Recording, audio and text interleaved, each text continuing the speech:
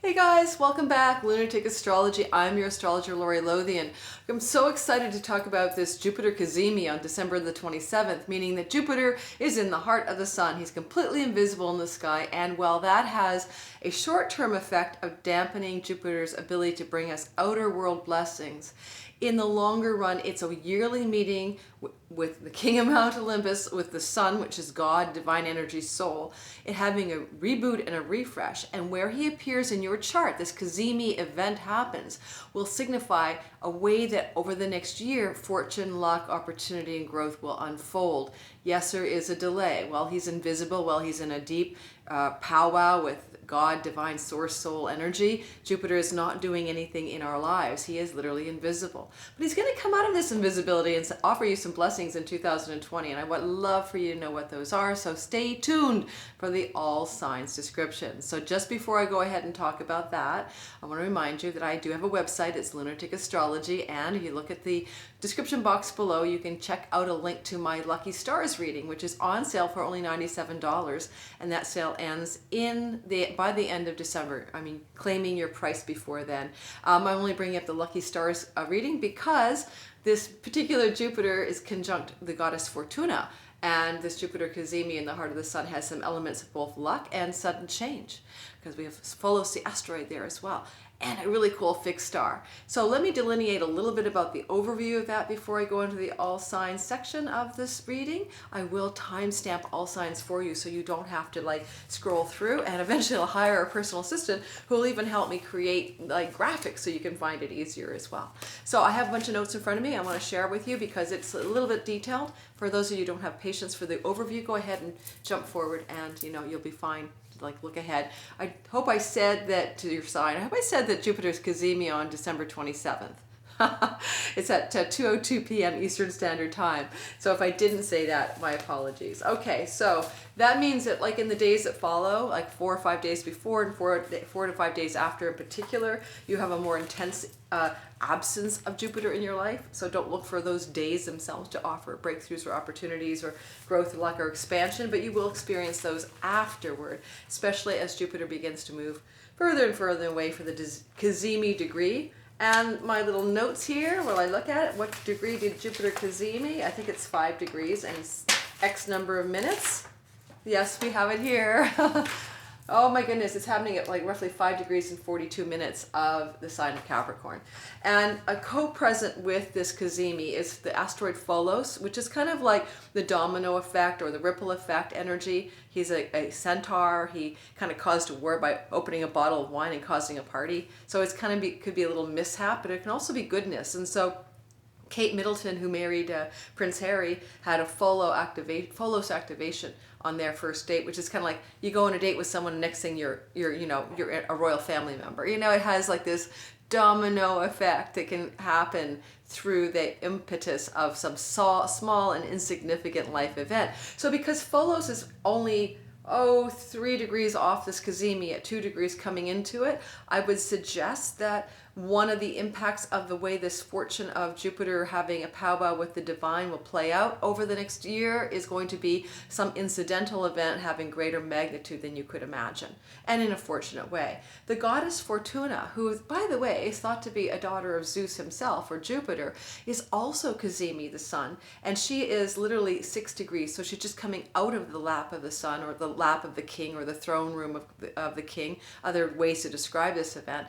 And so she's just kind of had her own powwow, and she's now leaving the throne room. So I'm wondering about how Jupiter, who also brings blessings and fortune, and Fortuna, the asteroid, are working together for you in the year ahead. It may not be a bad year, guys. And Fortuna is the way we feel about our fortunes and how we approach our luck. It's different than a lot of spirit in a lot of fortune in astrology, which is more like what your soul's deepest inclinations are around fortune and luck. This is more like where your fortunes can rise and fall as well if you have a disconnect there. If you're born with Fortuna conjunct Venus, you might have a lot of money luck, or I have Fortuna in my 11th house, and so I have a lot of luck with my friends and social circles and social affiliations, tribes, and alliances. I do benefit greatly by my alliances in life. It's always been my greatest blessing, are the friends and those people I work with or get to know in larger than my neighborhood settings. So,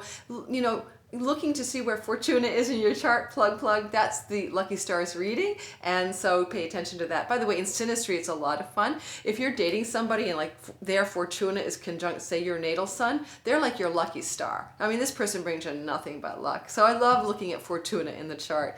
So, okay, let's go ahead and also point out that there's a fixed star that is happens to be at the same degree, basically 1 degree off of this particular Cazimi Jupiter, and the fixed star is called Caus Borealis, K-A-U-S Borealis, like Aurora Borealis. And I have my cheat sheet here. Believe me, I do not have every fixed star memorized in terms of overall gist of it, but this is a star that's associated with idealism, humane ideas, mental stimulus, enterprise, and a sense of justice. Is of the nature of Mercury and Mars, and it's a fortunate star. And it's interesting as well to add to that, I mean, you know, weirdly, Jupiter and Pholus and the Sun at the time of the Cazimi are all in the Egyptian bound of Mercury. So we have a lot of the mercurial overlay here. You know, Hermes, messenger of the god, sometimes a trickster, but certainly a sense of that good news will follow. Good, news, Mercury, messages, news, good news will follow when Jupiter moves out of this Cazimi, and then this is kind of the signature blessing for the year ahead, because this is a yearly event. So this is kind of like the mwah of it. One of the astrologers I really enjoy, Ishrak Daou, who does Atlas Astrology, and I hope I said her name right, I actually wrote an article about this, and I'm going to link in my bottom of my description box. I love the way she writes about it. It's not full of dour, invisible Venus, duck, bad luck ahead. That's not my experience of it. She has a great article, and she called it Make a Wish, and she has a lot of great delineations about what it could be like to have the experience of connecting to that moment in which Jupiter is at the heart of the sun and really making a wish for yourself, or connecting deeply with your own inner teacher, guru, and, you know, luck maker, your own inner Zeus. But she has a little delineation of what can happen as the fallout of a Jupiter Cazimi, like she writes, experiencing the holy, a financial breakthrough, an inner yes, an outer yes. So I'm going to put that link to her article below, because I think it's really valuable resource for you. Alrighty, so did I miss anything before I go to the all signs? I don't think so. I want to point out that Jupiter Cazimi the sun last year, if you want to get a sense of how this worked for you, was in the sign of Sagittarius and at 4 degrees Sag, and it happened, I think it was in November. Did I write the date down? Darn it. I don't think I did, but it was in November. November 27th, 2018. I did. And then the luck that followed until this next Jupiter Cazimi on December 27th is important to pay attention to. So, you know, I'm not going to delineate last year's luck zone for you. Mine was in Sagittarius, so that's my 11th house of friends and allies. It has been one darn blessed year of incredible growth and expansion in my friendship circles and people who benefit me by that expansion. So you can all look at your chart and see where Sagittarius falls, which house is that, and that is a sort of a delineation for where the luck fell last year. Now here we go into all signs for where your luck, expansion, growth, and opportunity will fall this year, in which part of your chart, based on this Jupiter connection to the sun called Cazimi. So for you, let's start. For you, Aries, to keep it simple, sweet and simple, it's all about your 10th house. You're going to be lucky in your career, your contribution to the collective, your reputation, and your status in the world. Woo! I'm smiling for that. Reminder, sun, moon, and ascendant all apply. Ascendant more accurately. If you're born at night, when it's dark and the sun is below the horizon, you might want to look at your moon as your sectolite being a little more influential, and you might look at it as your sun being more influential to read these descriptions by sun if you're born in the day when the sun is above the eastern horizon, western horizon, called the ascendant-descendant axis. Okay, to continue. So Aries, just look forward to breakthroughs and opportunities in your career. Remember that Pholus is active, so something small and insignificant, like you go on somebody's podcast and it turns out to be a game changer for you, or you do something small and it turns out to be a massively important thing. That's something to consider as your luck unfolds in your career house next year, as well as taking a peek at how Fortuna can bring you blessings and luck, right? Just through the virtue of being of service in the world and doing the thing you're here to do. So pay attention to that. Next, Taurus, you guys are going to experience this energy in the 9th house of foreign travel and foreign lands. It's also education, like university and college, higher education, anything where you get a diploma or a degree or some kind of, it takes a while to get it. And it's also the house of God, soul, wisdom, and truth. It's where religions sit. So it's a very spiritual house. So in all of those Aries, Taurus, look forward to some blessings, growth, opportunity, expansion, and luck. Fortuna's paired up there. It starts off connected to a fixed star that's all about social justice and fortune in its own right, a fortunate star.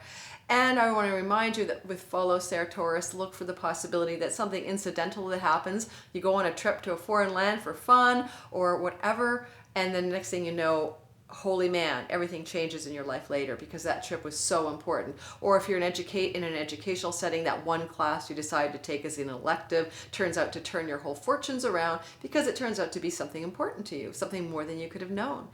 So pay attention, Taurus.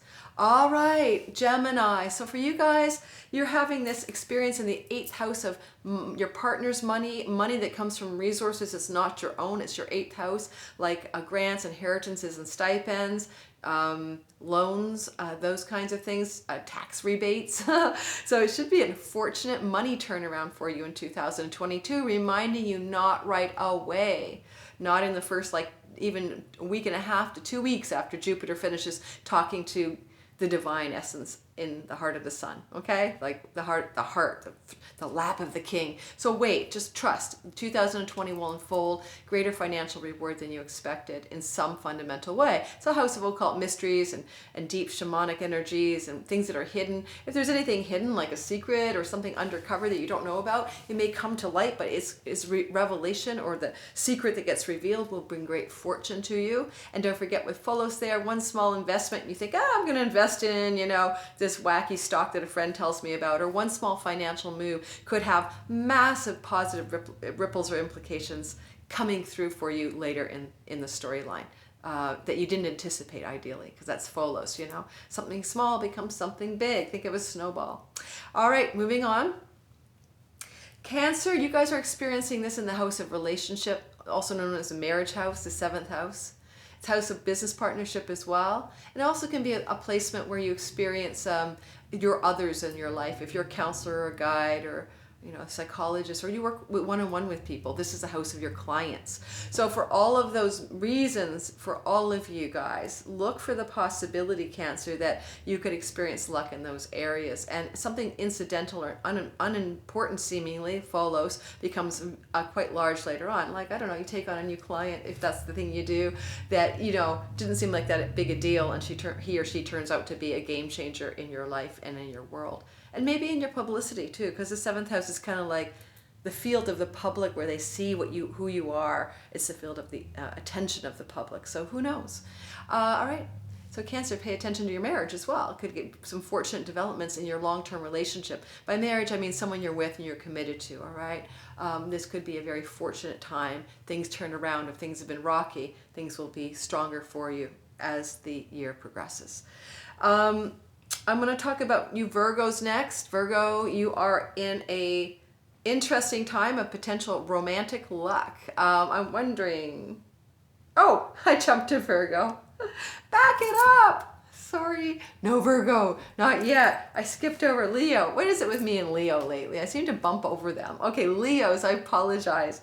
This is going to be an expansion of things that are involved in your 6th house over the next year: luck, opportunity, and growth. This is your workplace. It's like, I go to work. This is my job. This is the job place I work at. Hopefully it's service, not servitude and slavery. Some of the downsides of that house is just working really hard. The 6th house is also your health and routines that benefit your body and your wellness and your physical and mental health. So pay attention to ways that you may have a sudden growth or expansion in those areas, and maybe something small and insignificant follows. Doesn't seem important. You decide to take a class that seems like a lark, like Zumba, and the next thing you know, you're like a Zumba addict and you've never been stronger or healthier. I just made that up, but who knows, right? Who knows? Or something incidental in your workplace happens and it leads to incredible promotion or advancement in your job, space of your work, your job place, all right?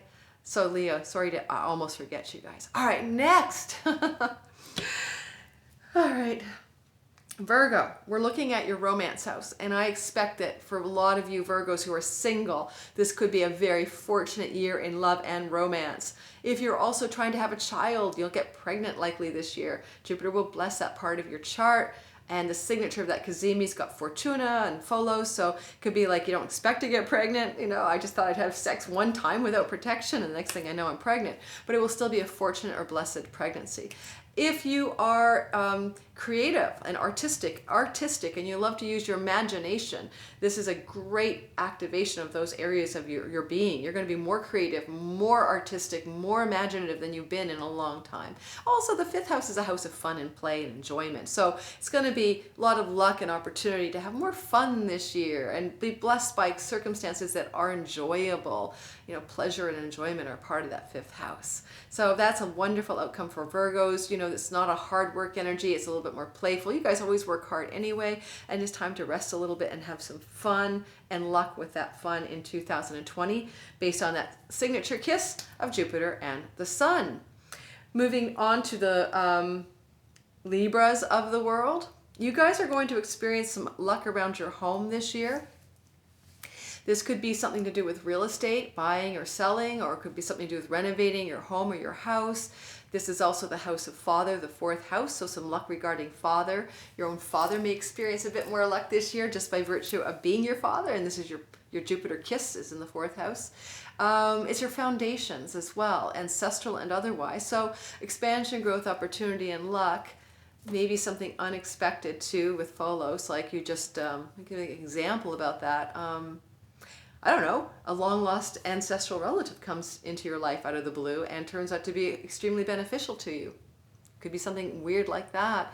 The fourth house is your personal foundation, your sense of self, your sense of home within yourself. So you may also develop a greater sense of your own selfhood as a foundation for actually your career, because that's the fourth house anchors the energy of the career house. All right, I hope that makes some sense. I look forward to hearing how 220 went next year. I'll check in with all of you Libras.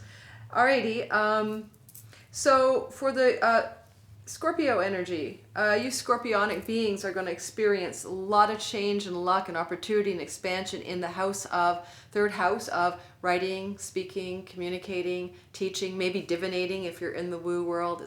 You can have oracleship in that house as well. It's short-term trips and travel. You may be really fortunate this year in your travel agenda. Maybe you don't even plan to travel, but next thing you know, you're on a trip, and every trip you take, you know, it doesn't have to be, when I say short-term trips and travel, you know, it all depends on what you're used to. Like if you go every year across the ocean to visit family in France or something, then that's probably just for you a third house kind of thing. It's not exotic and super foreign, but in a general sense, travel will benefit you this year. So if you plan to travel, do so. If you're like somebody who needs to travel or wants to travel, it's going to be a great year for that. Say you're promoting something that you've written, a book or whatever. If you're a writer or creating something like a book, because third house is often writers, the area where writers get stuff done, this is a very fortunate year to get that book finished or to get that product completed, and you'll have a lot of luck. And so don't forget with Pholus there, this is a word of mouth energy, this house. It's people you know in your local neighborhood too.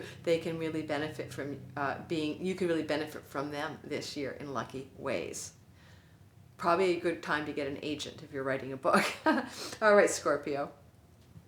For Sagittariuses, this is a second house energy of earned income. Finally, you guys are going to feel really good about making money. Sagittariuses are so lofty and like, oh, big ideas and full of adventure and God and truth and all that good stuff. But sometimes those little details called making money can be a little bit less what they focus on, which is why Mercury doesn't like to be in Sag. Mercury's mercantile and merchandising, and he's always got a headache and set the sign of Sagittarius. But you guys make money in 2020. Yay, Sag.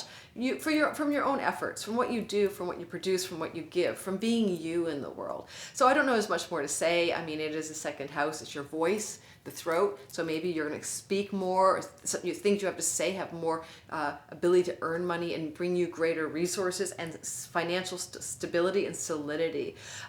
Because Pholus is co-present during the Cazimi, just coming into that sun at the same time, I'm anticipating that this will also bring you some kind of unexpected, grander than you ever imagined financial benefit from something that was insignificant or seemingly unimportant. Think of a domino effect or a snowball rolling downhill and collecting momentum. All right. Can't tell you what that will look like, but it's likely going to happen through something you're not focused straight out on. Like if you think, I'm going to make tons of money this year doing X, Y, and Z, it could be completely something you didn't think you'd make a lot of money doing. All right. Now, if you're employed, it's obviously a good thing because it means your place of employment will benefit you and you'll make more money doing what you're already doing. But for a lot of you people who are looking for new earnings directions, this can be really significant as well. All right. Capricorns, you guys are experiencing this energy anchoring your first house of identity. This is like just being you is lucky. Your body, your physical wellness, your physical appearance are your first house. That's where your ascendant is. So you're going to have luck in all of those areas. It will probably be a very fortunate year for your physical health and your body, but it's also about your identity. And so just, know that in some fundamental way, 2020 may offer you a chance to experience greater fortune and luck and growth and opportunity and expansion and how you identify yourself, how you present yourself to the world, but how you also internally experience yourself. I like to think of the ascendant or the first house as a bit like the avatar. If this was a simulation that we're living in, you get to pick the avatar that you're going to be in the game, I'll be the strong woman with the, purple hat. You get to pick more and choose more this year about how your identity can be more fortunate for you. Be more playful with your identity, okay? Be more willing to experiment because Capricorns get locked in status quo energy and this is the way it is and this is the way I am. But no, because Jupiter's blessing this part of your chart for the entire year and he took instructions from the heart of the sun. So whatever changes you make to how you look, even in your hairstyle, to how you perceive yourself and how others will perceive you as a result will bring you greater fortune. In other words, it could be a good makeover year, dudes. Make over yourself this year, inwardly and outwardly, and expand and grow from that. Aquarius, I want to say, it's the dawning of the age of Aquarius. Oh, you Aquarians, sun, moon, and risings, remember, I shall always say that at the beginning of every video, for I am an Aquarius rising. This is going to be a very soulful, spiritually blessed time. This is happening in your karmatic house, the 12th house. It's the house of your dreams at night. It's a house of your spiritual liberation and enlightenment. Should that be something that you're seeking or questing for or hoping for? It's almost going to bring some kind of karmic gifts to bear and karmic dividends into your life. Imagine like in another life you did a lot of good things and you had karmic merit, but you didn't get to cash it in before you died. So some of you Aquarians are just going to experience some greater blessings that don't really come from your merit in this life, but from other lives past. I kind of can say that you should pay attention to your dreams and reveries and meditations. And should you be compelled to spend more time alone, which is very 12th house, contemplative, go to an ashram, a retreat center, or just spend more time in solitude, all of that will be of great benefit to you. You can almost say that the more, there's an expression, go within or go without. And I would say that Jupiter, Cazimi, the sun for you Aquarians in the 12th house is about that. Go within so that when you go back out into the world during 2020, you're sourcing your actions and your choices from a very deep reservoir of spiritual truth and wisdom within yourself. And a little bit of a splash of past karma that you didn't get to, good karma that you didn't get to cash in on from another lifetime. All right. Pisceans, this is all about your 11th house. You're going to find that your friends and benefactors factor is full of luck. You're going to experience great luck from people that you know in a wide context, social circles online, affiliations and tribes that you belong to, societies and organizations, sometimes your colleagues at work. So these kinds of people and situations bring great fortune to you this year, and insignificant time, like the friend or connection you didn't think was important because of Pholus, could domino into an highly influential and important person in your life. The 11th house is gains from work, including like gains from your career, including monetary gains. So it should be an accumulation of money for you Pisceans through the career path that you're on, and greater wealth and gains than you normally experience. And maybe some lucky breakthroughs in your money and your reputation and those elements of your career. You could even experience an award or a reward, you know, being like given a, like, hey, here's your Academy Award, that kind of thing, for the work you do, for the career you're in, or, you know, professional association award of some sort. It's just a good year to reap the harvest of good luck around those elements of being rewarded. By the work you do in your career and by your associates, your friends, and your allies. People want to help you this year. People want to give you things. People want to expand you. People want to see you succeed. And you're going to have a lot of luck in those associations where those friends and allies have extraordinary benefits for you that you couldn't anticipate. Follows. All right, I just touched my camera. My battery's almost dead. Mwah. Blessed Jupiter Cazimi. Don't forget to check out my sale, Harness Your Lucky Stars. $97 for the month of December. Means book in December. I honor it any time that you manage to get in. I'm already booked up all the way through to somewhere in the middle of January. And if you also would like to know about that article I mentioned by Atlas Astrology, I think it's beautifully written. The link to her article is below. Go ahead and read what she has to say about Jupiter last year. It still applies. She's a great writer, and I really love the way she framed it. Last thing, make a wish. The last thing I want to say is I have a sister. She does blind faith readings, and she has a sale on right now as well. You can check her out. She's amazing. She's a tarot reader. A link to Blind Faith Readings is below. I always pitch my sister. This is my biological sister, and yes, she is blind, and she is a gifted clairvoyant who uses a very rare Lenormand tarot. All right, thanks for listening this long, guys. I'll talk to you soon. My next video up will be about that eclipse on December 26th. Mwah.